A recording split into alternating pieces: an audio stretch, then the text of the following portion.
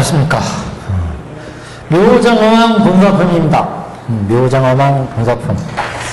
이제 27품입니다. 27품. 묘장어망 본사.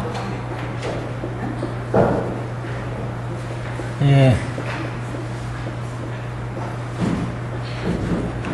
본사란 말은 이 묘장어망이 과거에 있게 되었던 과거에 일에 어떤 있게 된 과거세가 있게 된 과거에 어떤 묘장어망이 있게 된 과거의 어떤 일, 이것을 이제 본사 이렇게 얘기를 하는데, 묘장어망이 결국 뒤에 결론에 가면 이제 묘장어망이 옛날에 그 어떤 훌륭한 그런 일이 있어서 현재 그 부처님 회상에서 화덕보살이라고 하는 보살이 있게 되는데, 그 화덕보살이 있게 된 것은 이렇게 묘장어망 때 훌륭한 그런 수행이 있었기 때문이다. 이제 결론은 이런 얘기죠. 그래서 묘장어망이 본사에 관한 묘장어망의 과거세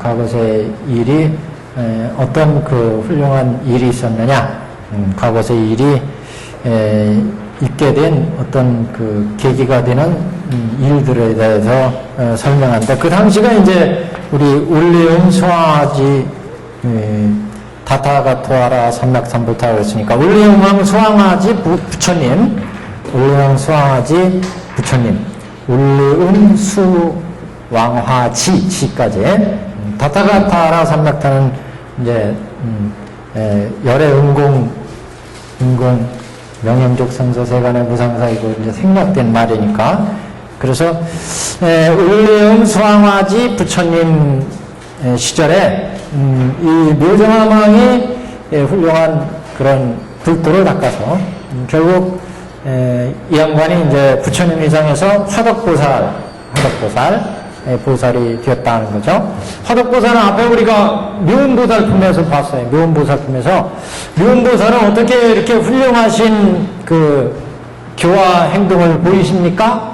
이렇게 질문을 했던 보살이 화덕보살이었죠. 그래서 묘음보살이 저 다른 불국토에서 사바세계에서 부처님이 광명을 쫙 비추니까 묘음보살이 그 빛을 보고 이 사바세계에서 법화경 살았는데 부처님이 나를 부르시는구나 이렇게 생각하고 그쪽에 부처님께 사바세계에 다녀오겠습니다 이렇게 말씀드리고 쫙 오잖아요. 그때 그 장엄한 모습, 눈 깜짝할 사이에 그냥 샥 이 사바세계로 오는데 그 너무 빨리 와가지고 다른 사람들이 모르니까 좀 슬로우 비디오로 좀 보여주세요. 그러니까 이제 천천히 오는데 막 그 천우락이 울리고 수많은 대중을 거르리고 쫙 와가지고 영축산 앞에 연화대를 만들어서 거기에 부처님을 지금 보탑의 부처님과 영축산 부처님이 이제 다보 보탑 속에 있었잖아요. 부처님을 뵙는 얘기가 나옵니다. 그래서 이렇게 묘음보살이 이렇게 훌륭한 교화행을 보이는 이유를 부처님께 여쭙는데, 어떻게 부처님은 묘음보살이 이렇게 훌륭한 교화행을 보이십니까? 이렇게 질문했는데, 왜 그런 훌륭한 보살이 된 이 화덕보살이 바로 이제 묘장어망이 바로 그 전세였다. 이렇게 그런 이제 얘기가 납니다. 어디에 그런 얘기가 나면 994페이지 한번 보세요. 먼저 중간에 보시면 994페이지 너희 생각이 어떠하냐 묘장어망이 어찌 다른 사람이겠느냐. 지금의 이 화덕보살이요 그 부인인 정덕보살은 지금 부처님 앞에서 광명을 비추고 있는 장엄상보살이니라. 또 묘음보살 묘장엄과 모든 권속을 불쌍히 생각하는 경우로 그 가운데 태어났던 두 아들은 지금의 야광보살과 약상보살이니라. 그러니까 부처님 예상에서 야광보살, 약상보살, 이 사람이 지금 그 묘장어망이 있고 묘장어망의 부인이 있고 이름이 정덕. 여기 나오는 출연자들은 묘장어망이 있고 부인이 정덕 부인, 정덕. 그 다음에 아들이 정한, 정장. 이렇게 두 아들이 있어요. 예, 이게 그러니까 일가족 식구들이 얘기해요. 이 양반들이 묘장원 왕이 지금 사도에 빠져 있어요. 왕인데 그 부처님 시절은 울림 수항아지 부처님, 울림 수항아지 부처님 시대의 이야기인데 이 사도에 빠져 있어가지고 불도를 몰라요. 그래서 정한, 정장 이 두 아들들이 이 아버지를 구하기 위해서 어머니께 이 묘장왕이 지금 사도에 빠져 있으니까 이 아버지를 구해야 되겠습니다. 그래서 이제 어머니의 허락을 받아서 이 묘장왕을 여기 울림 수항아지 부처님이 법화경을 펴가지고 수많은 중생을 제도하는데 이 부처님께 모시고 와야 되겠다. 그래서 법문을 듣고 이제 이 묘장왕을 구제해야 되겠다. 그래서 이제 결국 이 두 아들들이 묘장왕을 울림 수항아지 부처님께 인도하는 이런 내용 결과. 그래서 전체 식구가 묘장왕 나오고 부인이 정덕 부인, 정한, 정장 이렇게 두 아들들이 나옵니다. 그런데 이 묘장왕 본사품이 있게 된 그 근본 또 이야기가 다른 경에 설해져 있어요. 다른 경에. 그래서 그 전에 한번 제가 얘기한 적이 있는데, 말씀드린 적이 있는데, 옛날에 수행자, 네 사람의 수행자가 있었다. 수행자. 네 사람의 수행자들이, 우리 불도를 열심히 닦자. 그래가지고, 네 사람들이 이제 수행을 하기로, 보따리 싸가지고 가서, 이제, 열심히 수행을 하는데, 시절이 좋지 않아요. 그래가지고, 아주, 가난한 시절이라, 먹고 살기가 아주 힘든 시절이에요. 그래서 네 사람들이 열심히 수행하는데, 도저히 그 끼니를 때울 수가 없어요. 한 열흘이면은, 몇 끼만 식사를 하고, 나머지는 다 굶어야 되고, 그러니 수행이 제대로 이루어질 수가 없어요. 그래서, 그 중에 한 수행자가, 이제 4명 중에 친구인데, 제안을 해요. 여러분은 그대로 수행을 하세요. 친구들, 여러분 수행을 하는데, 내가 열심히 탁발을 하고, 여러분들 수행을 뒷바라지하겠다. 그래서 열심히 뒷바라지기 해서 여러분들이 만약에 불도를 이루면 나중에 나를 구제해줘라. 그래가지고, 이 사람이, 이 세 사람, 그러니까 나머지 세 사람의 마치 하인처럼 열심히 벌어다가 탁발을 해서, 이 세 사람의 수행자를 열심히 봉양을 합니다. 그래서 이 세 사람의 수행자들이 열심히 수행을 해가지고 불도를 이뤘어요. 그래가지고 이 세 사람의 수행자가 이제 그 착한 친구 덕분에 이제 불도를 이뤘는데, 문제는 이 세 사람은 불도를 이뤘지만 이 한 사람이 문제. 이 사람이 사회에 나가가지고 탁발을 해서 여러 가지 음식과 의복과 의약과 여러 가지를 구해다가 이 세 사람을 봉양하는 도중에 마음을 뺏겨버렸어요. 마음을. 어느 날 이 탁발을 나갔는데 왕의 행렬이 지나가요. 이 왕이 화려한 그 왕의 행렬이 싹 지나가는데, 왕이 수레를 타고 딱 지나가는데 수많은 하인들이 뒤를 따르고 신하들이 뒤를 따르고 화려한 행렬을 보니까 자기도 모르게, 나도 저런 왕으로 한번 태어나서 부귀영화를 누렸으며 이렇게 마음이 뺏겼어요. 그래가지고 이 수행자가 공덕이 얼마나 크겠어요. 세 사람의 불도를 이루도록 이렇게 뒷바라지 해줬으니까 그 무량한 공덕이 있었는데 그만 그걸 불도 닦는데 회양을 못하고, 나도 저 왕과 같이 저런 부귀영화를 누렸어. 이렇게 마음을 써버렸다. 그래가지고 다음 생에 실제 왕으로 태어난 거예요. 어디 왕? 여기. 저 묘장원 왕으로 묘장원 왕으로. 그리고 묘장원 왕으로 태어나서 지금 사도에 빠져 있어요. 부귀영화 누리면서. 그래서 이 도를 성취한 세 사람이 회의를 했어요. 우리가 저 착한 친구 때문에 그 덕분에 우리가 불도를 이뤘는데 저 친구를 구제해야 될 게 아니냐. 그래서 이 친구를 구제하려면 이 친구와 가장 친한 사람으로 태어나서 이 사람을 구제하는 수밖에 없다. 그래서 세 사람의 친구가 하나는 부인으로 태어나고 하나는 둘은 이제 요 정한 정장 두 아들로 태어나고 그래가지고 지금 요 묘장어망 본사품이 이루어졌다는 거예요. 그래서 이제 여기 이제 스토리가 이제 묘장어망 본사품에 이르는 그러니까 그래서 묘장어망 본사품은 내용이 뭐 이렇게 보살도 닦은 이야기 그 이야기니까 어려운 내용은 없습니다. 쭉 그냥 읽어가면서 보겠습니다. 그 전에 말씀드렸지만 우리 이 법화경의 후반부는 유통부는 수많은 보살행의 모범이에요. 묘은보살의 그 보살행 닦은 모범, 관세음보살의 보살행을 일불성 보살행 닦아서 중생을 제도하는 모범, 도연보살품까지 여기도 그래서 묘장어망 본사품이 나와가지고 화덕보살의 그 훌륭한 보살행을 닦은 이야기 이것을 이제 보여준다 이렇게 보시면 되겠습니다. 그때 부처님께서 모든 대중에게 이르시되 지나간 옛적에 한량 없고 가히 없는 불가사의 아승직업을 지나서 부처님이 계셨으니 이름이 울리음수왕화지 다타가도 아라하 삼략삼불탄이라.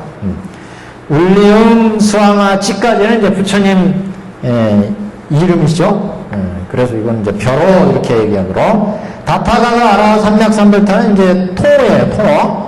통어는 모든 부처님이 공통적으로 10가지 이름이 있다고 그랬죠. 열애, 응공, 정변지, 명행족, 선서, 세간의 무상사, 조어장부, 천인사, 불세존 10가지 이름입니다.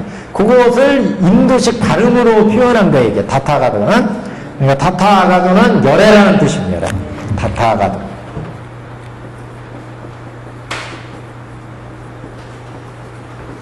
열애. 열애. 그 다음에 아라한. 응공이라는 뜻이 응공. 아란들은 응공의 덕이 있다고 했죠. 아란부터 삼략, 삼불타, 삼략. 삼이라는 말은 정이라는 뜻. 열행 정변, 열애 응공 정변제, 정변. 그 다음에 삼불타.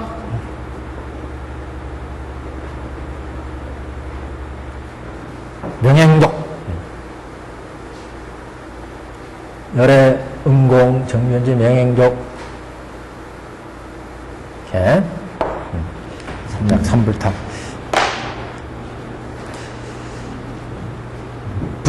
붓다라는 뜻이죠. 부처님. 불세존. 이렇게 지금 명행족, 선서, 세간의 무상사,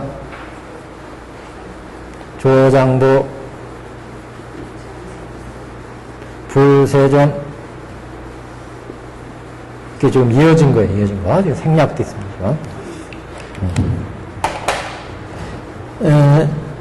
이름이 울리음수왕화지 다타가도 아라 삼략삼불타이시며 나라 이름은 광명장엄, 나라 이름은 광명장엄, 겁의 이름은 희견겁 그러죠. 희견겁. 나라 이름은 광명장엄국, 광명장엄국의 울리음수왕화지 부처님. 그 부처님 법 가운데 왕이 있었으니 이름이 묘장어망이라. 당시에 치세 왕이 이제 묘장어망이다. 우리가 저기 누구야? 누구죠? 저기 미륵부처님. 미륵부처님 치세 왕이 누구더라? 생각이 안 나네. 묘장 각각의 왕 시대에 이제 이런 부처님이 있습니다. 지금 묘장어망 묘장어망이 왕의 이름이다. 그 왕의 부인은 이름이 정덕이며 정덕이며. 두 아들이 있으니 첫째 이름은 정장이고 둘째 이름은 정한이라. 이 두 아들은 큰 신통력과 복덕 지혜가 있었으니 오랫동안 보살 행할 바에 도를 닦았느니라. 보살도를 닦은 두 아들이 있었어요. 아까 야광보살, 약상보살이라고 그랬죠? 정장, 정한이. 정한 이 두 아들이 그 야광보살, 약상보살이래, 전신에. 예, 두 아들은 신통력과 복덕 지혜가 있었으니 오랫동안 보살이 닦을 바에 행할 바에 도를 닦았느니라.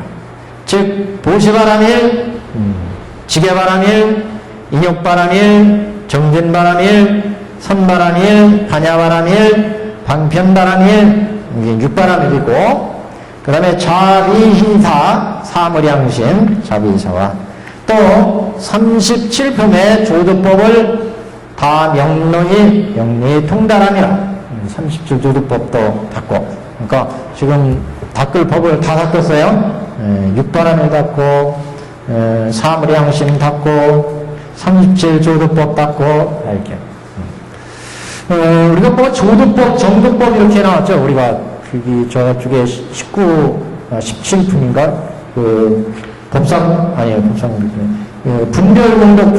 분별공덕품 제17에서 얘기가 나왔죠. 정도, 정행육도, 겸행육도 이렇게 나왔죠.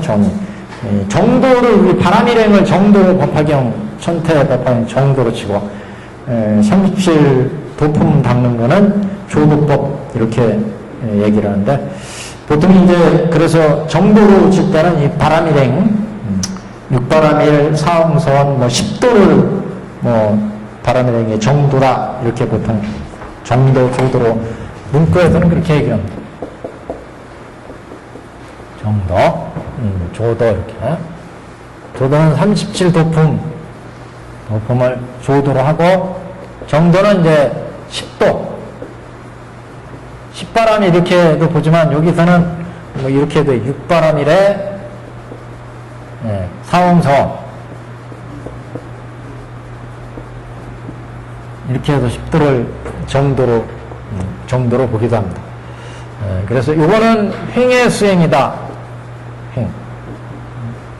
그러니까, 이건 수의 수행이다. 이렇게도 봐요.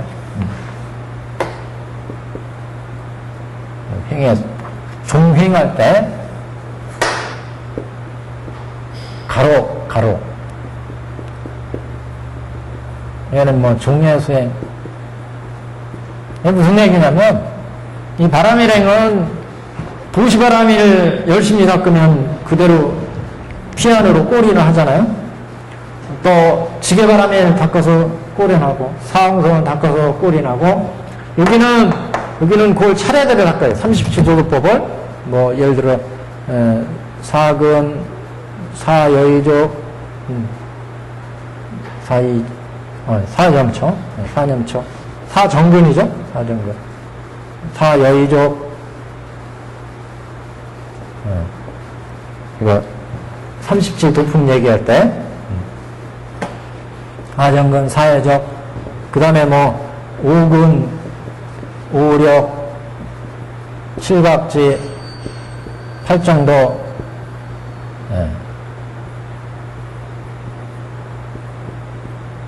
이렇게 닦으면 이거는 차례대로 닦아요. 차례대로. 그래서 종행할 때 종의 수행이다.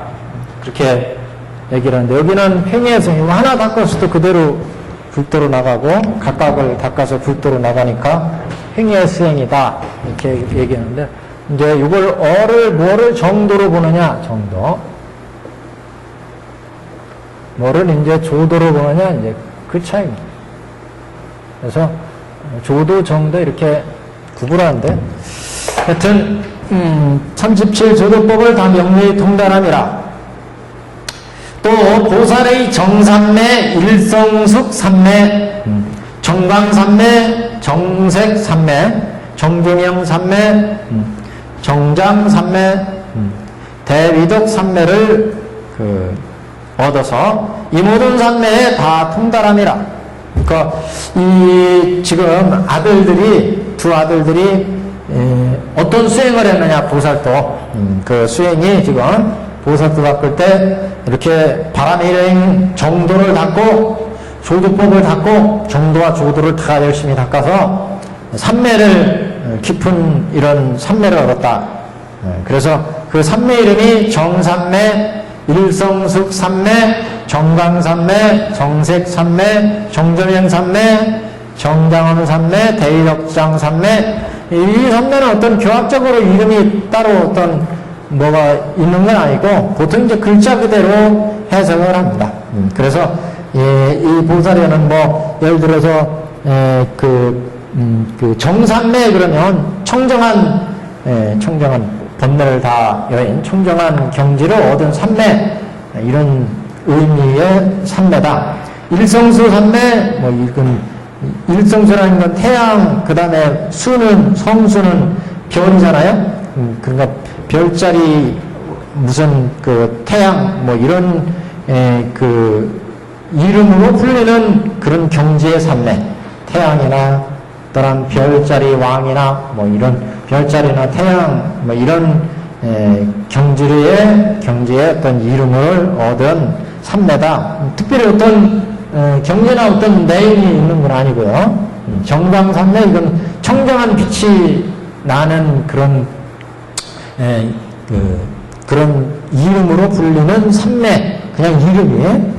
정강삼매 청정한 빛의 이름의 삼매 청정한 빛이라고 하는 이름의 그런 삼매의 경지 어떤 삼매로 하는데 그 삼매가 청정한 어떤 빛이 나는 것처럼 그런 경지다. 그래서 그냥 이름이 이렇게 붙여진 거고 특별한 어떤 경지나 이런 건 아니에요. 정광삼매나 정색삼매도 청정한 어떤 물질 청정한 물질과 같은 어떤 경지를 얻은 삼매. 정조명은 청정하게 비치는 그런 청정하게 비치는 빛과 같은 그런 삼매. 장장엄 삼매. 아주 오랫동안 장엄한 그런 삼매. 대의적 삼매, 대의적장 삼매. 어차 삼매, 역실 통달겠어요. 이런 모든 삼매에 통달합니다. 큰 위덕을 가진 경지라고 하는 삼매, 정장엄 아주 잘 장엄된 그런 경지라고 하는 삼매, 이런 각각의 삼매, 대의덕장 삼매, 장장엄 삼매, 이런 삼매, 모든 삼매에 통달해요. 그러니까 조도법도 닦고 정도법도 닦고 열심히 또 수행해서 보살들이 얻는 이런 갖가지 깊은 삼매를 다 통달해서 얻었다. 그러니까 결국 이렇게 본다면 우리가 이런 조도법이나 육바람일 닦고 그랬으면 신통도 생기고 갖가지 바람일 닦았으니까 복덕도 가지고 그래서 앞에 뭐라고 했나 복과 지혜를 닦았다 그랬죠. 이 앞에 보시면 이 아들들은 큰 신통력과 복덕과 지혜가 있었으니 그랬잖아요. 그 닦은 내용을 보니까 이렇게 조도법 닦아가지고 결국 여의주 5군 4념처부터 여기 4념처 않습니까? 4념처 닦고 사의적 닦으면 신통력 생기죠. 4정건. 그래서 37품이 맞나요? 4, 3, 12 맞죠? 사의적 4정건 4념처. 그 다음에 여기 5군 5력 7각지 8정도 이렇게 하니까 그래서 37조도법을 이렇게 닦아가지고 이 양반들이 이제 37조도법이나 이런 걸 닦으면 신통력이 생기고 4념처 사회적 닦으면 신통력 생기죠. 여기다가 보살들이 닦는 육바람을 닦으니까 지혜와 복덕을 겸해서 닦아가지고 아울러 신통력과 지혜와 복덕을 장엄을 했다. 거기다가 보살들이 지금 얻는 정삼매, 일성수 삼매, 정광삼매, 정색삼매 이런 삼매들을 그러니까 보통 이제 아란들은 지혜와 신통력을 얻는다 이렇게 얘기하죠. 지혜와 신통력. 그러니까 보통 사념체 갖고 아라한들은 사여유족, 사여이족, 사정근 뭐 이렇게 닦죠. 오근오력, 칠각지, 팔정도 뭐 이렇게 닦아가요. 아라한들은. 보살들은 육보란 내지 사왕선 이런 수행을 닦아가죠. 네. 그러니까 이런 신통력과 지혜를 갖고 여기는 지혜와 복덕을 갖고 이렇게 다 장엄을 했어요. 그러니까 이 아들들이 두 아들들이 아까 뭐 야광보살, 약상보살이라고 하잖아요. 이 양반. 이 양반은 나중에 화덕보살 되고 이 정장엄 정조보살인가 아마 아까 그랬잖아요. 정조보살이었던 거. 정덕부인은 지금 장엄상보살, 장엄상보살이고.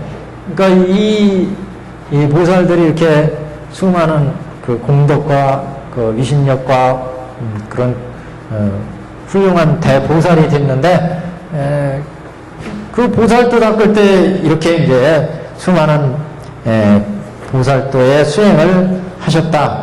그래서 이때 978페이지입니다 지금. 이때 그 부처님께서 정화수지 울림 수왕화지 부처님, 그 부처님께서 이때 그 부처님께서 묘장화망을 인도하고자 하시며 또한 중생을 불쌍히 생각하는 거로 이 법화경을 설하십니다. 그 당시에 부처님이 울림 수왕화지 부처님이 이렇게 중생을 제도하기 위해서 법화경을 설하시고 계셨다. 이때 정장정한 두 아들이 그의 어머니 처소에 이르러서 10손가락을 모아 합장하고 말씀하되, 그냥 합장 이렇게 공경하는 거, 예배하는 거, 10손가락을 모아 합장하고 말씀하기를, 원컨대 어머니께서는 울림 수왕화지 부처님 처소에 가시옵소서. 우리들이 또한 모시고 가서 친근하고 공양 예배하오리다. 왜냐하면 이 부처님께서 일체 하늘과 사람에게 법화경을 설하시오니 의당이 듣고 받을지이다. 그러니까 어머니를 이제 이 부처님 회상에 모시고 가고 싶다. 가시죠. 어머니가 아들에게 일러 말하되, 그 어머니가 생각하기는 내가 가서 뭐 공부하는 거 이거는 뭐 나는 언제든지 갈 수 있어요. 근데 문제는 아버지다, 이거 아버지. 예? 그래서 이제 아버지를 이제 데려가자 그러니 너희 아버지께서 위두를 믿고 받아서 깊이 바라본 법에 집착하니 너희들은 응당 가서 아버지께 말씀하여 함께 갈지니라. 그래서 어머니가 자신은 사양하고 아들들한테 아버지를 모시고 가라 이렇게 지금 말씀한 거예요. 그래서 정장정한이 10손가락을 모아 합장하고 어머니에게 말씀하기를 말씀하되, 우리들은 이 법왕의 아들이언을 어찌하여 이 사견의 집에 태어남입니까? 우리들이 이렇게 수많은 수행을 바꿨는데 왜 우리가 이렇게 그 아버지가 사견에 빠져있는 이런 집안에 태어났을까요? 이게 지금 다 제도하라고 그렇게 태어난 거죠, 지금. 어머니는 아들에게 일러 말하되, 너희들은 마땅히 아버지를 염려하고 생각해서 신통변화를 나타낼지니라. 만일 보게 되면 마음이 반드시 청정해져서 혹 우리들이 부처님 처소에 이르도록 허락하시리라. 그러니까 이 아버지를 제도하는 데는 이게 좀 방법이 필요한 거죠. 당장 그냥 가자 하고 얘기를 하면 아버지가 안 갈 거다. 그래서 신통력을 보여줘서 여기에 관심을 보이게. 그래가지고 이제 너 그런 신통력 너희들 어디서 배웠냐? 물어보면 부처님 위상에서 수행을 해가지고 생긴 겁니다. 그러면 이제 그럼 한번 가볼까? 이래가지고 이제 데려가겠다는 거지. 그래서 지금 아버지를 염려해서 신통변화를 나타내라. 그러니까 어찌해서 이 사견의 집에 태어났습니까? 우리가 태어났습니까? 그러니까 이 얘기는 뭐예요? 다 제도하기 위해서 태어났다 이런 얘기죠 지금. 너희들은 마땅히 아버지를 염려하고 생각해서 신통변화를 나타내라. 그렇게 해서 제도를 해야 되겠다.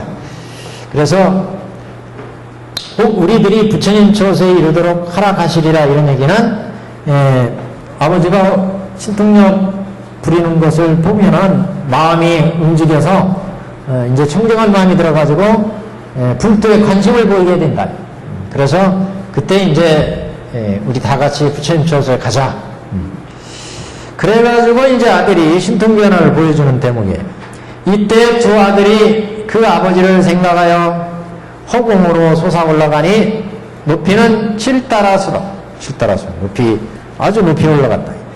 가지가지의 신통변화를 나타내되 허공 중에 가고 머물고 앉고 눕고 허공 중에서 왔다 갔다 하고 별짓 다 해요. 허공 중에 휙 지나가고 허공 중에 가만히 머물기도 하고 앉기도 하고 눕기도 하고 몸 위로 물을 뿜고 몸 아래로 불을 뿜며 몸 아래로 물을 뿜고 몸 위로 불을 뿜며 혹은 큰 몸을 나타내어 허공 중에 가득 차게 하였다가 도로 작게 나타내며 작았다가 다시 크게 나타나며 공중에서 없어졌다가는 호련히 땅에 있으며 땅속으로 들어가기를 물과 같이 하고 물을 갈 때 땅과 같이 함이라. 물을 걸어가더라. 땅과 같이 한다는 얘기는 이와 같이 가지가지의 신통변화를 나타내어 그의 부항으로 하여금 마음을 깨끗이 하여 믿고 해탈케 함이니라. 아버지한테 찾아갔어요. 그래서 아버지한테 아버지 한번 보실래요? 하면서 옛날에 아들들이 뭐 자식들이 재롱 떨고 그랬잖아요. 재롱 떨고. 근데 지금은 이게 이제 여러 가지 신통 변화, 보통 뭐 18변이라 이렇게 얘기하는데, 이게 우리는 우리 법화경의 이런 신통 변화는 뭐 공중에서 이렇게 지금 가기도 하고 머물기도 하고 뭐 이게 눕기도 하고 여러 가지 나오는데, 안경교에도 이런 얘기가 나요. 몸을 위로 이렇게 해서 물을 뿜기도 하고 불을 뿜기도 하고 뭐 그래서 물을 뿜고 불을 뿜는 그런 산매를 화강산매, 수강산매다 이런 산매 얘기가 나요. 화강산매, 수강산매는 얘기가 수강산매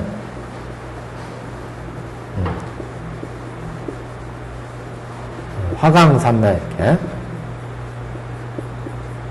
우리 법화경에서는 뭐 18변이다 얘기도 하는데 18변 신통변화 18가지 신통변화다 이렇게 그러니까 아까 본 것처럼 이게 사념처 여의적 5근 5력 7각지 8정도 닦으면서 수행을 쌓아가지고 수행을 쌓아서 각가지 지혜를 닦았기 때문에 여기다가 이제 또 여기 지혜와 복덕을 같이 또 닦고 그래서 각가지 산매를 자유자재로 운영할 수 있기 때문에 이런 18신통 변화를 볼 수가 있었다. 이거는 이제 자기 아버지 앞에 보여주는 거죠. 아버지의 관심을 끄는. 뭐 우리가 대지드론의 사실단에도 보면 중생이 좋아하는 바, 관심 있는 바를 통해서 제도하는 그런 실단의 방법이 사실단으로 이제 얘기를 하죠. 그래서 중생을 제도하는 여러 가지 방법 중에 하나로 지금 신통변화를 이제 보여서 그 사람의 바라는 바, 관심을 갖는 바를 이제 이끌어내가지고 불도로 제도한다. 그런 제도의 어떤 방법을 좀 여기서 쓰고 있어요. 신통변화를 보인다. 그래서 이때 아들이 신통력이 이와 같음을 보고 마음에 크게 기뻐서 미정료를 얻으리라. 여태까지 보지 못했던 신통한 모습을 아들들이 보여주더라. 그래서 합장하고 아들에게 이르되 너희들의 스승은 누구며 누구의 제자냐? 아버지가 넘어가기는. 그래서 이제 관심을 보였어요. 도대체 누가 그렇게 신통력 가르쳐 주다냐? 누구의 제자냐? 이렇게 물었어요. 두 아들들이 말씀하되 대왕이시여 저 울리움 수왕아지 불께서 지금 칠보의 보리수 아래 법좌에 앉으셔서 일체 세간과 하늘과 사람에게 널리 법화경을 설하시나니 이는 우리들의 스승이시여 우리들은 이의 제자입니다.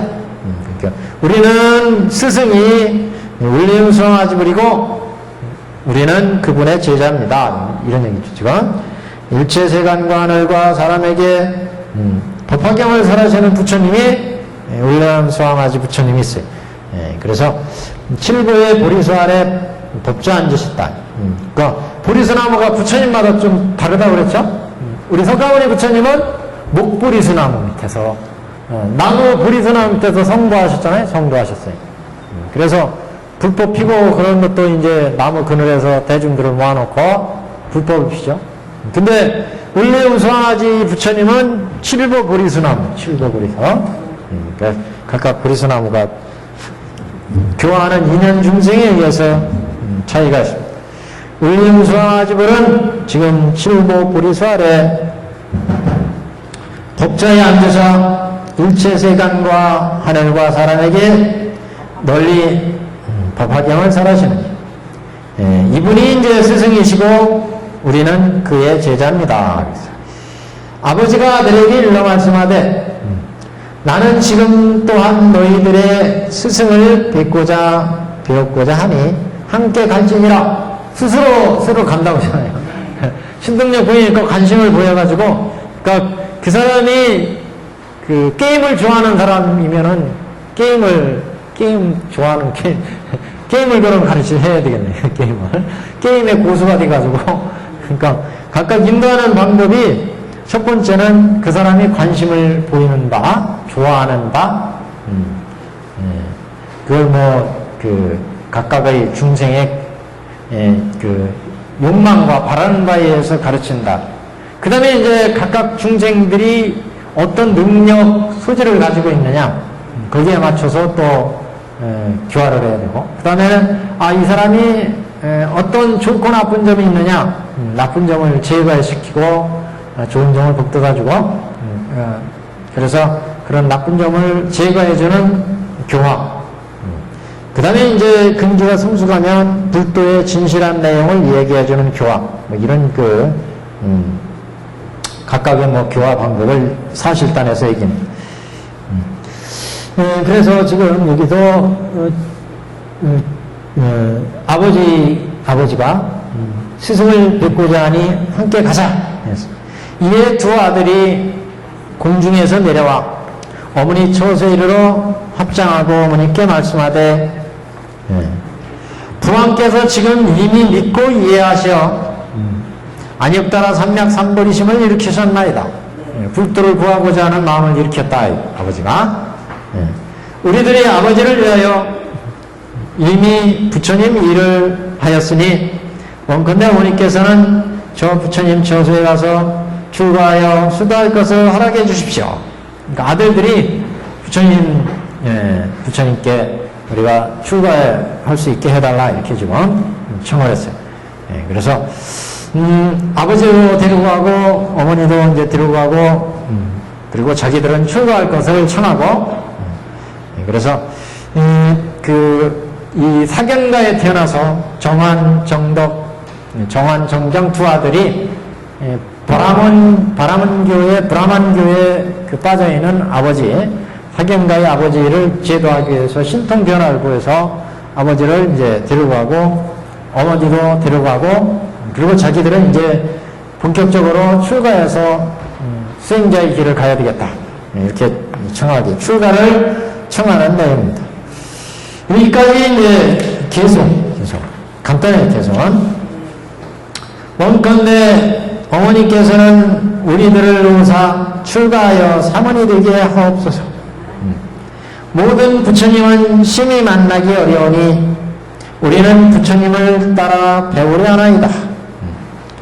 우담바처럼 부처님 만나기는 이보다 더 어려우며 모든 환난을 해탈하기는 또한 어려우니라. 원컨대 우리들의 출가를 허락해 주시옵소서, 허락하시옵소서, 이렇게 출가를 허락해 달라는 그 개성입니다. 어머니가 곧 일러 말하되 너희들의 출가를 허락하노라. 어찌하여 그러한고? 왜냐하면 부처님을 만나기는 어렵기 때문이니라. 부처님을 만나기 어려운데 부처님 만나서 지금 불도를 배우게 됐으니까 출가를 허락한다.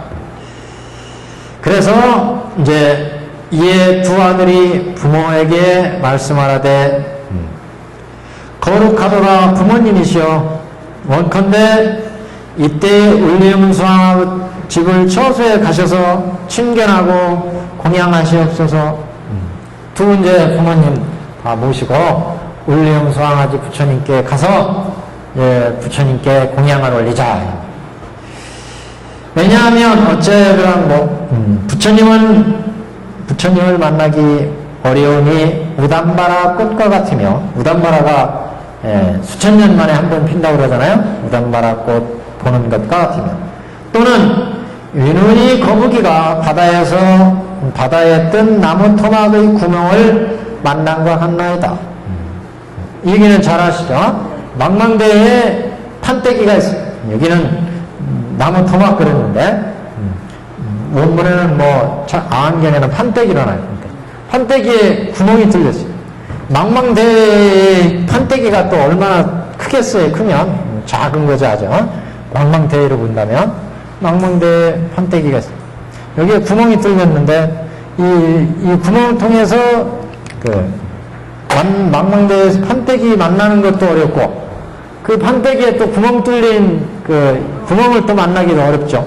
근데 이게 지금 외눈 거북이가 바다에서 이 나무 토막에 구멍을 만나서 세상을 이렇게 바라보는, 세상을 보는 거, 세상을 보는 그런 어려움과 마찬가지로 부처님 만나기가 그렇게 어렵다. 부처님 만나기가 망망대에서 판때기에 구멍이나 이 구멍을 통해서 세상을 보는 것과 같은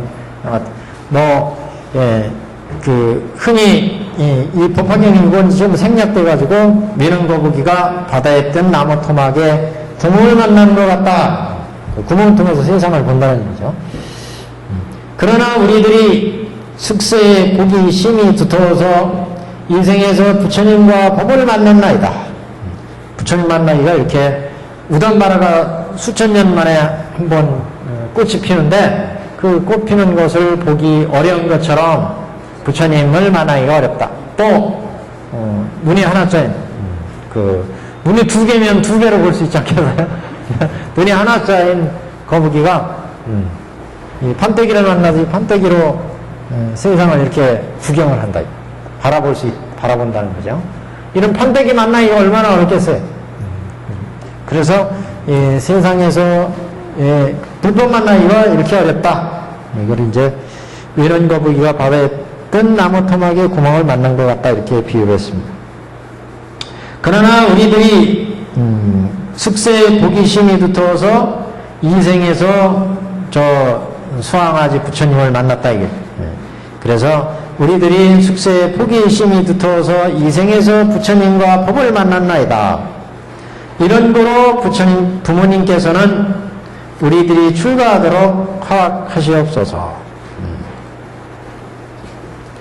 어찌하여 그런고? 왜냐하면 모든 부처님 법은 만나기 어려우며 이때도 또한 만나기 어렵나이다. 그러니까 부처님 법을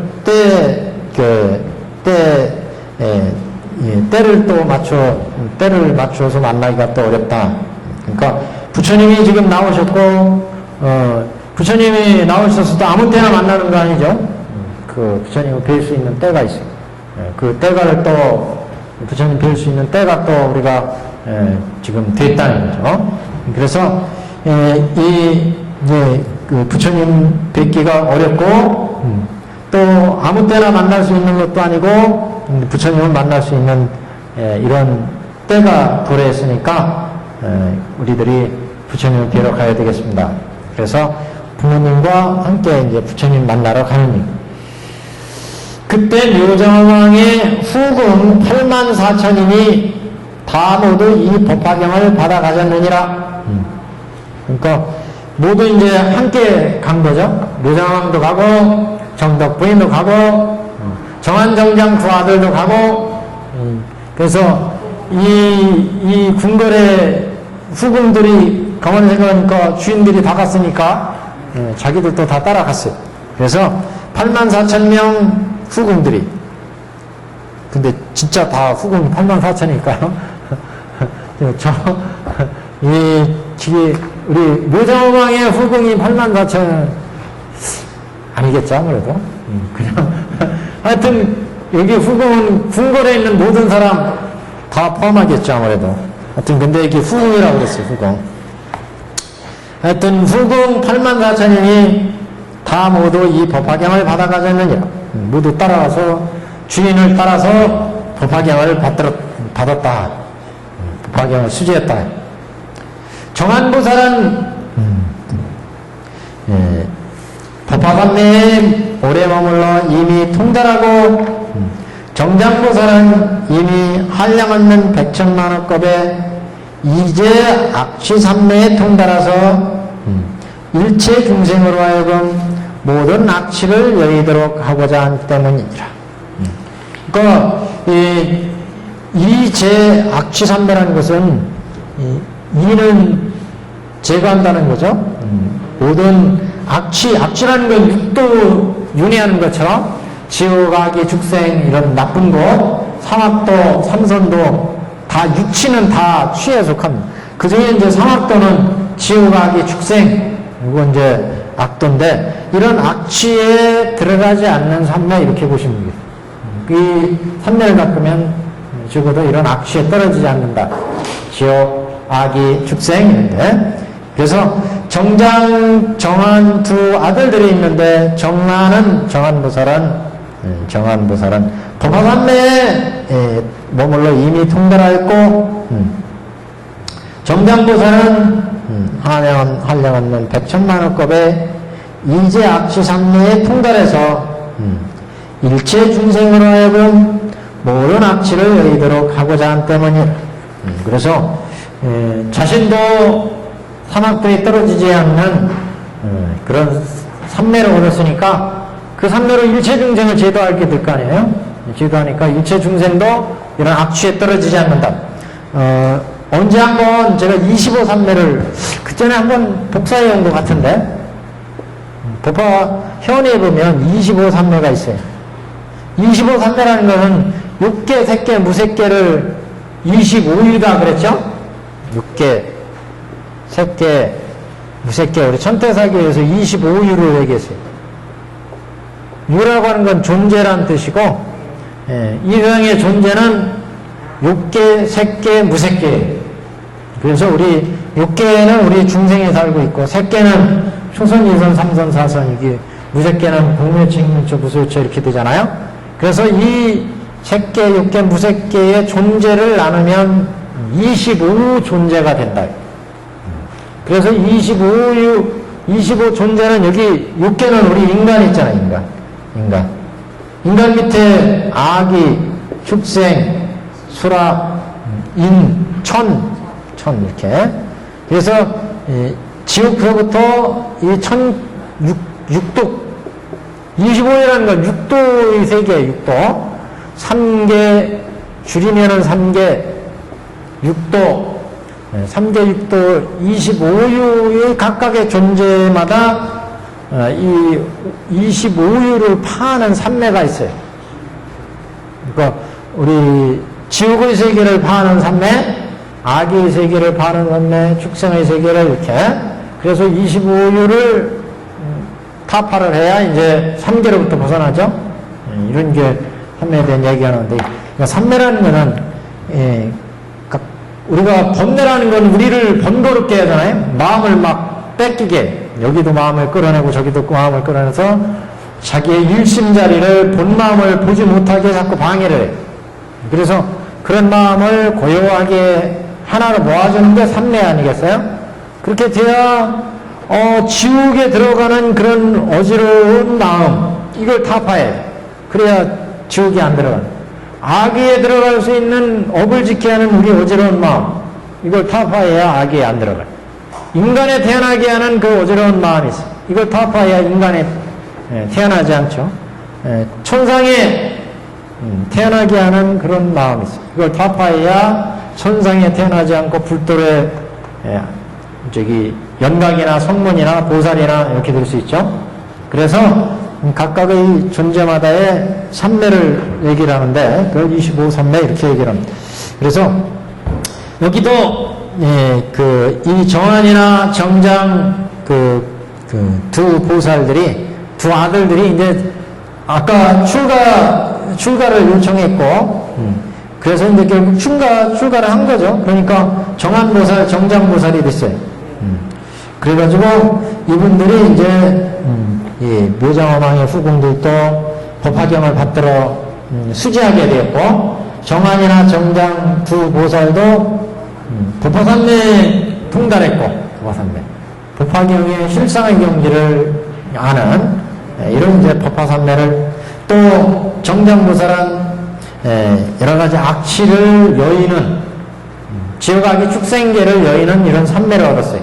그래서 이런 이제 악취 산매에 통달해서 일체 중생을 하여금 악취를 여의도록 하였다.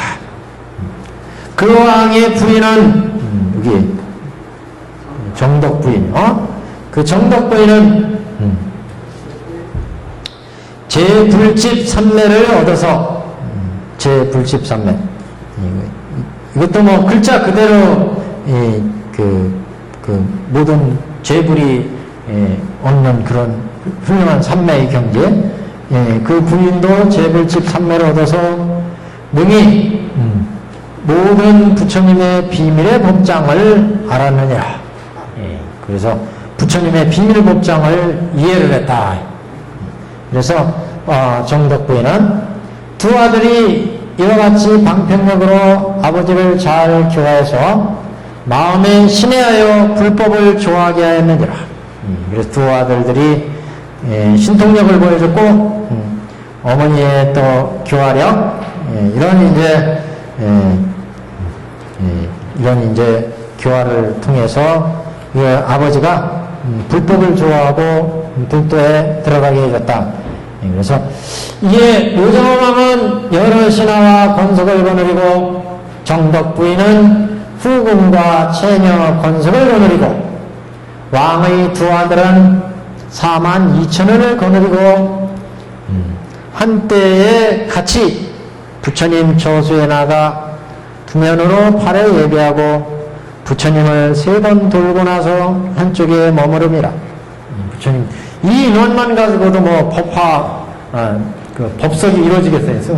수많은 사람들이 지금 궁궐에 있는 사람들 다 데려갔어요.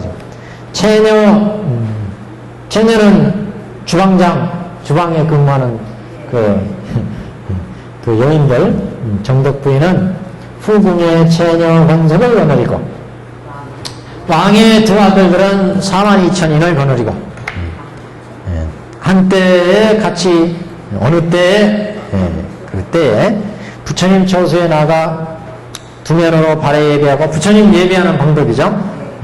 부처님을 3번 돌고, 각각 자리에 가서 이제 법문 듣기 위해서 앉죠.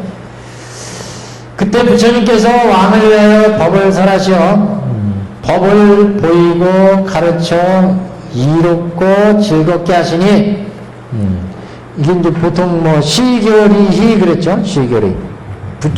부처님의 법을 보이고 가르치고 법의 이익을 주게 하고, 그러면 기쁘게 한다.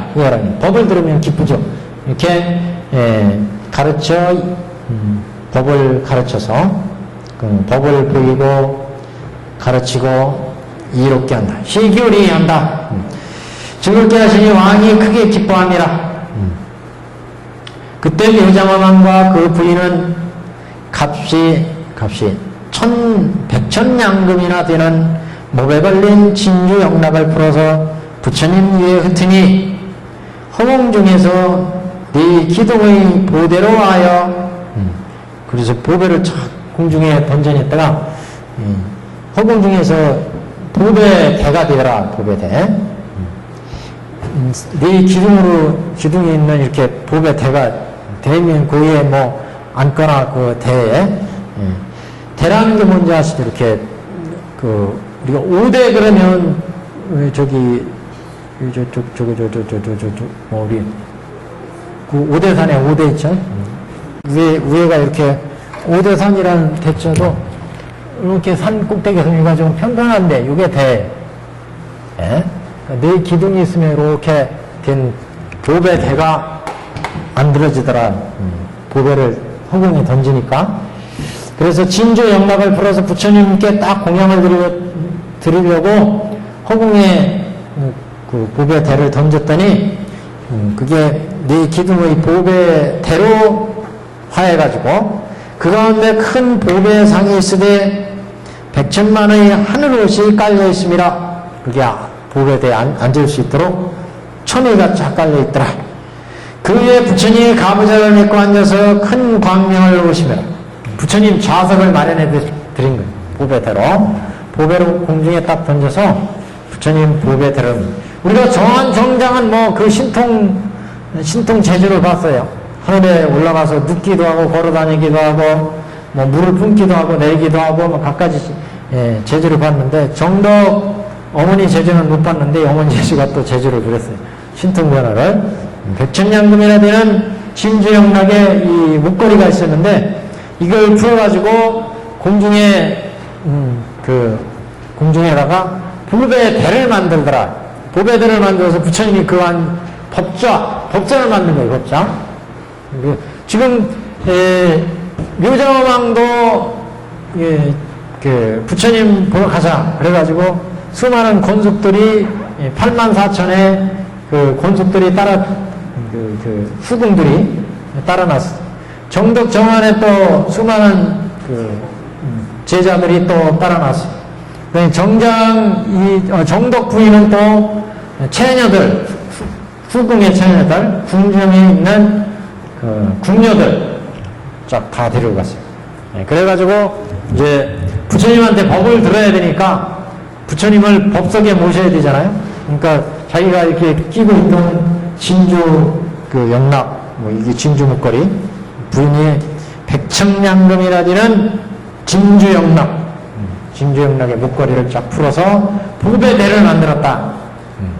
하여튼 여기는 신통력을 부려가지고 공중에 딱 던졌더니 그 목걸이가 보배대로 바뀌었다는 거예요. 의자 법석으로. 우리 요새식으로 한다면 이 양반이 이걸 딱 풀어가지고 사자상자를 사온 거예요. 사자상자. 누가 갑자기 그냥 확 가가지고 저거 칠보로 장엄된 부처님 법석을 이거를 탁 그 위에 탁 그 방석 딱 깔려있는 근간 법석을 딱 사다 지금 법을 설해 주십시오 하고 딱 지금 공양을 한 거죠. 그러니까 묘장왕과 그 부인은 값이 백천양금이라 되는 목에 걸린 진주영락을 풀어서 부처님 위에 흩으니 허공 중에서 네 기둥이 보배로 하여서 그 가운데 큰 보배상이 있으되 백천만의 하늘 옷이 깔려 있습니다. 아주 좋은 그 방석이 만들어지더라. 그 위에 부처님이 가부좌를 메고 앉아서 큰 광명을 놓으십니다. 또 광명을 놓았어요. 광명을 놓으면 역사가 이루어지는 역사가. 그때 묘장엄왕이 이런 생각을 하되 부처님의 몸은 힘에서 단엄하고 수승하여 가장 미묘한 빛을 성취하셨도다. 30 이상 80정도의 그 부처님의 상을 갖췄으니까 단엄하고 수승하여 미묘한 빛을 성취하셨도다. 찬탄하시고 묘장엄왕이 생각을 하기를 부처님은 참 희귀한 몸을 얻으셨네.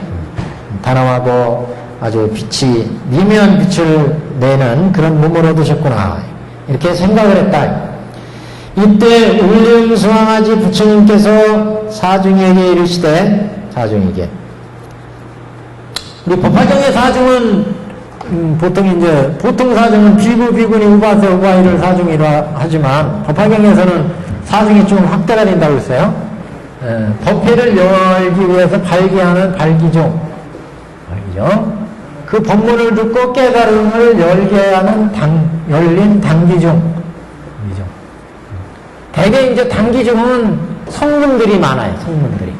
그 법화, 그 회당에서 부처님의 법을 듣는 대중이 성문중이잖아요. 그러니까 성문들이만 단기중. 발기중 법을 설할 수 있는 법회를 발기하도록 하는 대중. 법회를 열자, 이렇게 발기하는. 단기중은 그 법문을 듣고 뿅 간 분들. 뿅 간, 깨달음이 열린 분들. 그래서 우리 법화회상에서도 단기중이 사리부를 필두로 해서 4대 제자와 학모학, 수많은 제자들이 다 성문대중이죠?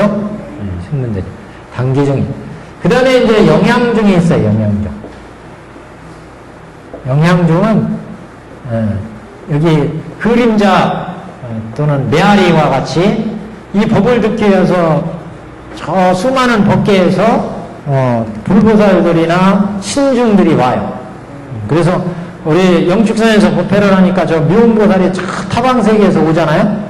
이렇게 오는 대중을 영양중이다. 그림자와 같은 대중, 메아리와 같은 대중들. 영축선에서 위대한 법문을 딱 하니까 그게 메아리 쳐가지고 저 법계 저 멀리까지 이 소리가 들려.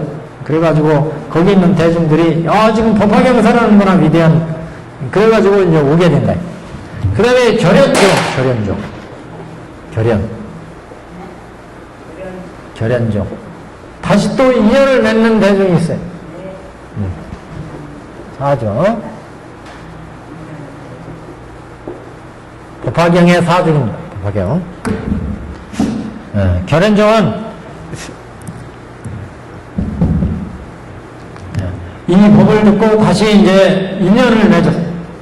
그래서 지금 깨달음을 얻지 못했다 하더라도 다음에 이 인연으로 다시 법화의 법을 듣고 깨달음을 열게 되는 그런 대중. 지금 깨달음을 얻지 못했지만 지금 들은 것이 인연이 되어가지고 다음에 이제 깨달음을 열게 되는 이런 대중을 결연대중 이렇게 얘기합니다.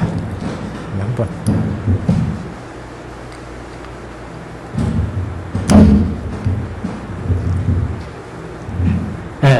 그래서 발기중, 단기중, 영양중, 결연중 이렇게요. 근데 여기 부처님께서 사중에게 이르시되 너희들은 이 묘장왕이 나의 앞에서 합장하고 서 있는 것을 보느냐. 이 왕이 나의 법 가운데 피부가 되어서 조득법을 부지런히 닦아 익혀서 마땅히 성불하리니 수기 주네요. 수기를 주시네. 묘정왕이 이렇게 두 아들의 인도를 받아가지고 지금 부처님 울림 소황아지 부처님 앞에 왔어요. 그래서 부처님 법을 이제 법문을 통해서 들었으니까 부처님이 묘장엄한테 수기를 주게 됩니다. 묘장엄왕이 이 갖가지 수행을 통해서 이게 인행이죠, 인행.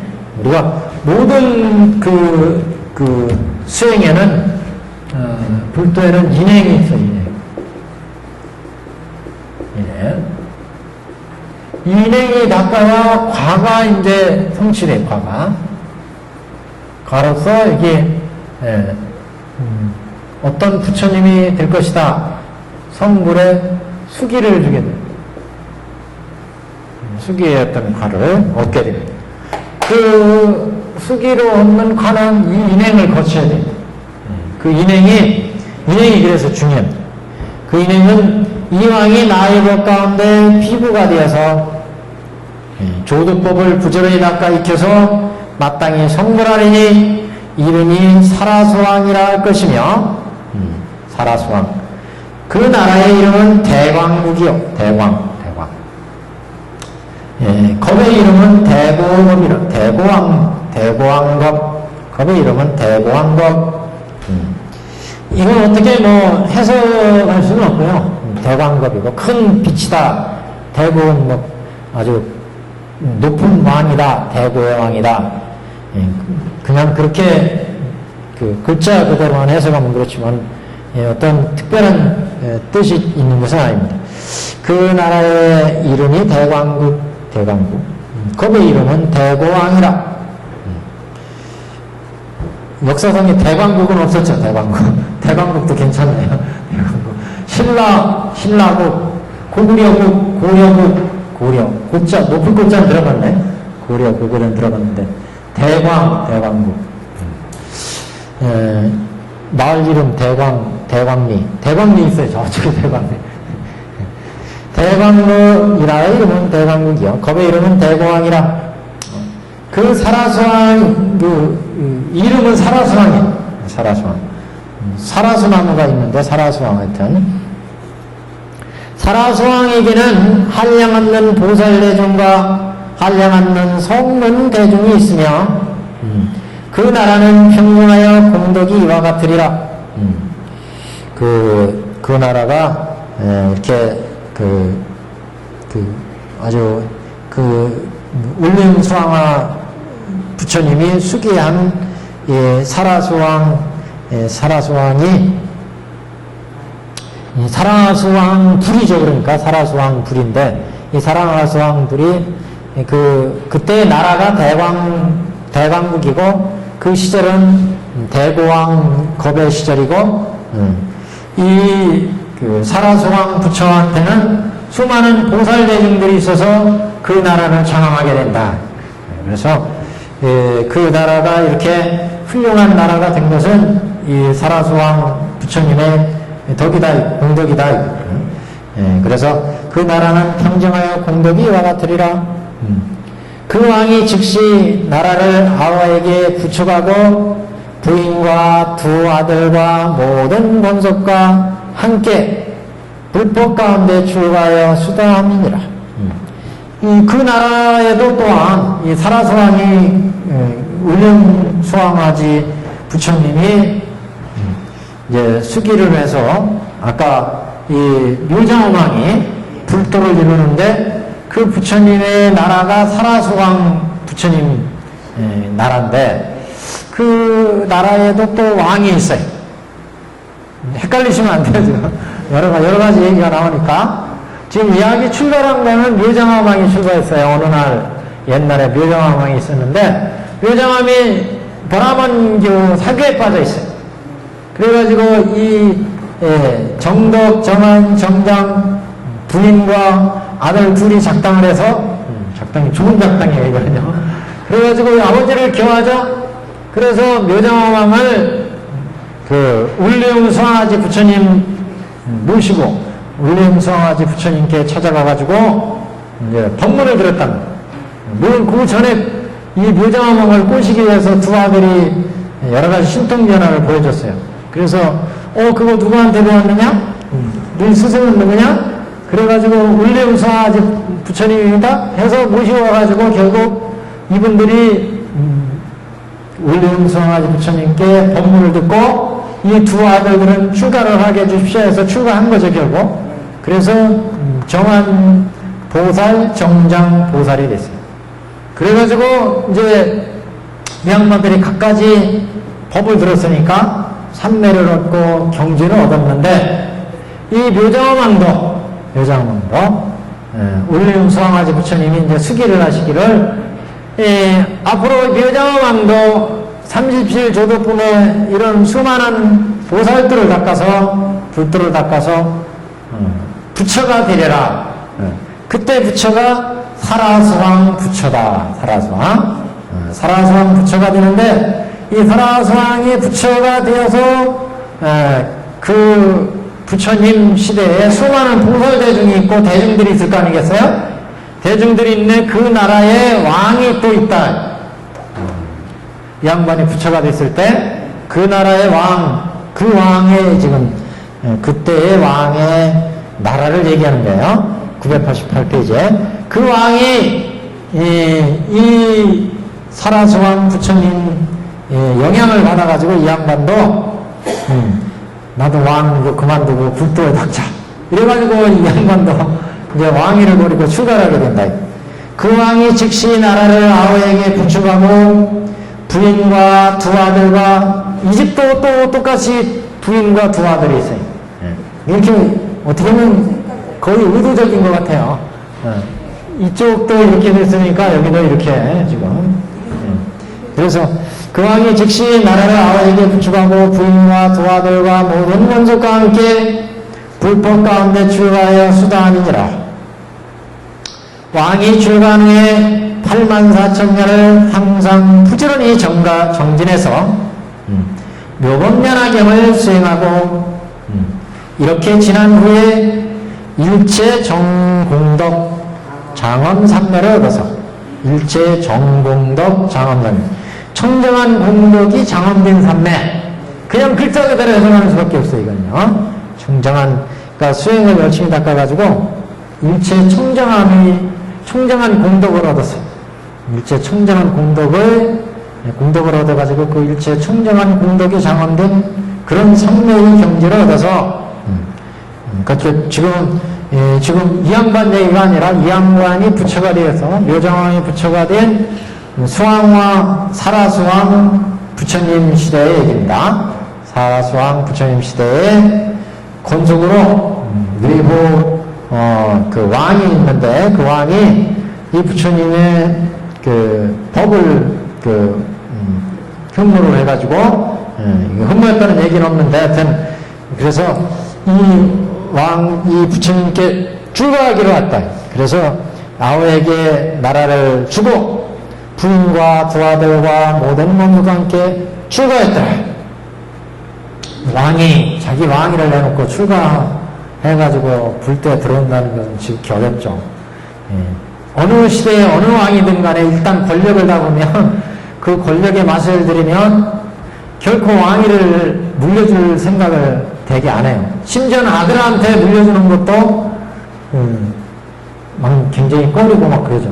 나중에 우리나라 역대 왕 조선시대든 뭐 어느 때든 보세요. 역사 전체를 봐도 왕위를 가지고 아들이 장성하고 그러면 그 왕이 아들한테 왕위를 물려주는 게 당연할 것 같지만 당시 이렇게 상황을 보면 그렇게 순순히 쉽게 딱 물려주는 왕이 그렇게 많지 않아요. 결국은 뭐 어떤 사건이 일어나고 그 태종이나 이 양반들도 보면 어느 날은 저기 어전위에서 내가 왕위를 다 태자한테 물려주겠노라 이렇게 선언하잖아요. 그러면 태자는 그냥 덥석 받으면 이거는 축출당해요. 얼른 돗자리 가지고 나와가지고 잘못했습니다. 석고대자를 해야 돼. 석고대자. 그러니까 권력이 무서운 거예요. 왕이 이게 불만인 거예요. 가만히 보니까 이게 태자가 장성하고 그러니까 권력이 자꾸 태자한테 쏠리는 거예요. 옛날에는 자기한테 대신들이 다 엎어졌는데 이제 태자한테 엎어지는 거예요. 그러면 왕이 볼 때 야 이런 거 알아? 왕이 아직 내가 왕인데 국가의 중대사를 나한테 먼저 얘기하지 않고 태자한테 가는 경우도 있고 뭐 이게 잘 서운한 거예요. 서운해. 그러면 어전위에 딱 가가지고 야 나 오늘부터 왕 그만할 테야. 모든 일 다 태자한테 물어봐. 이러고 이제 결국 물려준다고 함수 치는 거예요. 그럼 어떻게 태자는 잽싸게 그냥 3대 옷 입고 그지 옷 입고 딱 가가지고 뒷자리 깔고 가가지고 잘못했습니다. 무조건 빌어야죠. 석고대제를 딱 하면 못 이기는 척하고 왕이 또 이제 왕이 하는 거예요. 그거 다 권력이 이렇게 무상한 거예요. 다 권력은. 그래가지고 결국 쿠데타 일어나는 것도 그런 거예요. 쿠데타. 그렇게 해가지고 결국 사회가 틀어지면서 대신들이 또 충동을 하고 그러면 그래도 그 정부에서 복수를 안 해요. 저기 조선 초대 지금 누구예요? 그 이성계도 나중에 속상하니까 그냥 저 함흥차사 그런 얘기가 나오잖아요. 함흥으로 딱 떠나버리잖아요. 그래서 태종이 이제 정권을 무학대사도 그렇지만 저는 그런 거 보는 것 같은데. 어느 역사 고금이든 간에 왕이 이제 권력이 누수가 일어나면 태자나 이제 다른 권력들이 신흥 권력들이 부상을 하잖아요. 그러면 항상 그 권력 투쟁의 과정을 겪는 거예요. 그래서 나중에 뭐 인도나 이런 고대 왕국에서도 태자가 장성하고 그러면 왕이 태자를 이제 태자한테 정권을 물려주고 딱 물러나는 것이 정상이지만 그렇지 않고 저거 버티다가 왕들한테 쿠데타를 당해가지고 추출당하는 왕도 있고 역사에는 그런 일도 있는데 인도의 그 아유와 아소카 왕 사람 많이 있거든요. 그렇죠. 아쇼카 왕 얘기도 나중에 얘기가 나오면 아쇼카 왕도 자기 아버지가 그 수많은 왕자들을 뒀었는데 아쇼카 왕은 그 아버지 안중에도 없었어요. 그래가지고 수많은 다른 형제 다 이복 형제들이 이제 주로 큰 권력을 잡고 있었는데 그래가지고 이 아쇼카 왕이 비기 싫어서 저 전쟁에 내보내잖아요. 전쟁에 나와가지고 이 아쇼카 왕이 승승장구해요. 그 칼린가 지방에서 그 역적 반역이 일어나는데 그러니까 반역도 그 아쇼카 왕 당시에 그 국가를 이렇게 인도를 통일하는 과정이었거든요. 그래가지고 통일하는 과정에 마지막에 이제 그 칼린가 지방이 이렇게 남았는데 여기가 이제 통일이 안 됐어요. 그래서 여기는 장수를 보내서 평정하라고 보내면 다 죽어가서 그 평정을 못하고 그래가지고 니 한번 가봐라. 그럼 어떻게 보면 우리말로 생각 좋게 말하면은 자기 아들을 보내가지고 평정한다고 그러지만 사실은 미워하는 아들이었거든요. 미워하는 아들이니까 가서 뒤져버려라. 그러니까 이런 의도였는지 하여튼 갔는데 이 사람이 가가지고 하여튼 잘 해가지고 그 밑에 있는 반역에서 그 역적 이 무리 중에 밑에 우두머리 밑에 사람이 그 영물을 피해가지고 그 수장을 죽이고 투항을 합니다. 그래가지고 이쪽을 다 통일을 해버려. 통일했는데 마침 궁궐에서 아버지가 꼴깍 하셔. 시름시름 앓다가 꼴깍 왕이 죽으니까 이제 왕실에서 왕위도 계속 못하고 이제 죽었으니까 혼란한 틈에 여기 군대를 몰고 들어간 거예요. 여기 힘을 얻었으니까. 그래가지고 이제 왕권을 잡죠. 그래서 싹 왕위를 이제 처치를 하는데 이 권력이라 정치 권력이라는 것은 좀 무상합니다. 사실은 물러나면 아무것도 아닌데 일단 권력을 잡으면 그 권력의 맛을 들으면 그렇게 놓기가 쉽지 않은 게 지금 여기 우리 경전에서는 흔히 이런 말씀이 많이 나오는데 왕들이 불법에 기회해가지고 자기 왕위를 내놓고 출가하고 신라시대에도 진왕 같은 분들은 나중에 말년에 왕위를 내놓고 그 승려가 돼요. 실제 승려가 된 예도 있어요. 왕비도 출가해가지고 비구니가 되고 그런 예가 있지만 사실 이렇게 권력을 왕위를 내놓고 수행자가 된다는 것은 쉬운 게 아닙니다. 모든 걸 다 내놔야 되니까. 근데 지금 이 왕이 나라를 아우에게 부축하고 부인과 두 아들과 모든 권력과 함께 권속과 함께 불교에 출가해서 수도하였다. 왕이 출가한 후에 84,000년을 닦았어요. 그러니까 신선 84,000년을 살았네. 나이가 84,000세 이상.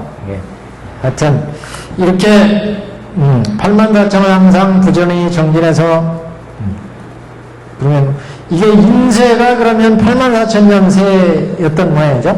아니면 인세 뭐 몇백 세 되는 수명이 그런 세상에 낳고 죽고 하면서 계속 닦았다 이런 얘기 있을 수도 있고 하여튼 왕이 출가한 후에 84,000년을 부전히 정진해서 묘법연화경을 수행하고 이렇게 지난 후에 일체 정공덕 장엄삼매를 얻어서 청정한 공덕이 장엄된 곧 허공으로 올라가되 높이는 7따라수라 높이가 7따라수만큼 높이 올라가는 그런 신통력을 발휘했다.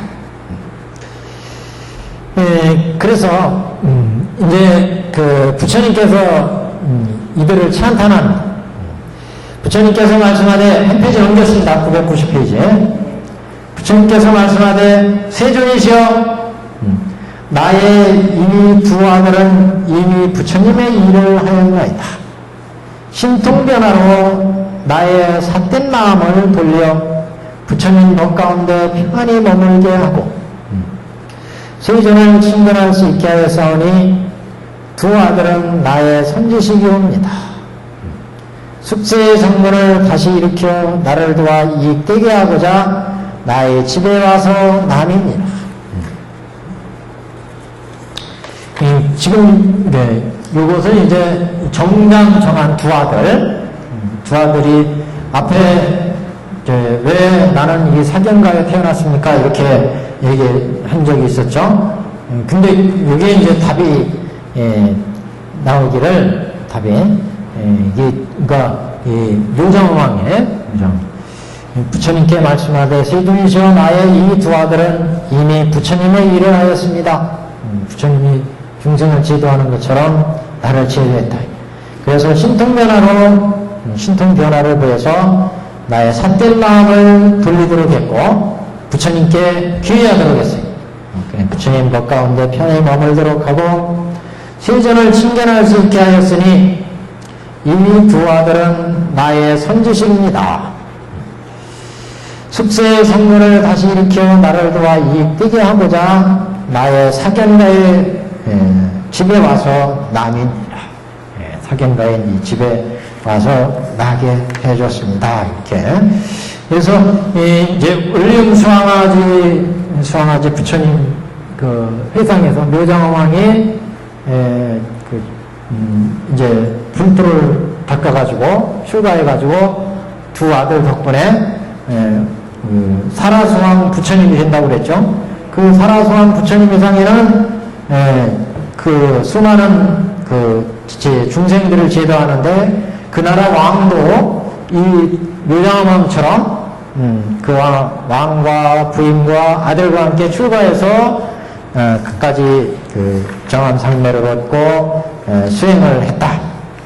그리고 그 얘기를 들려주고 그 다음에 이제 본론으로 돌아와서 이건 이 두 아들 정장 정한 이 두 아들들이 이 묘장왕을 교화를 여태까지 했는데 결국 이 정한 정장이 이렇게 이 묘장왕을 교화하기 위해서 사견가인 묘장왕의 집안에 태어나게 되어서 결국 이 두 아들 정한 정장은 이 묘장왕이 볼 때 나의 선지식이다. 그래서 우리가 선지식은 뭐 동행 선지식 있고 외우 선지식 있고 그 다음에 교수 선지식 있고 이렇게 얘기를 했는데 같이 수행하는 선지식 동행 선지식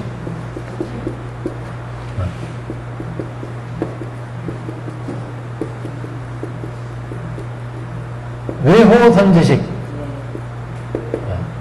그 다음에 교수 선지식 이렇게 어떤 세 종류의 선지식을 얘기합니다. 교수 선지식은 실제 나한테 가르침을 주는 선지식, 가르침을 주는 선지식. 동행하는 선지식은 같이 도반이 되어서 수행을 닦는 선지식. 여기에는 다 나왔어요, 지금. 묘장화망으로 볼 때 네 수행자들은 다 동행 선지식인데, 그때 이제 묘장화왕에 태어난 시대에 정화수왕집을 있죠? 정화수왕집을 그 수왕지 부처님으로 볼 때는 묘장화왕이 외호 선지식, 외호회전은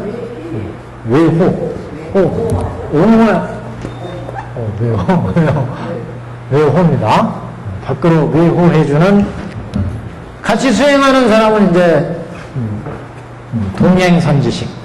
그래서 뭐 정화냐 정장은 같은 동행 선지식이다 이렇게 볼 수 있고 정덕이나 정한 정장은 다 동행 선지식. 그때 외호는 이제 묘정화왕.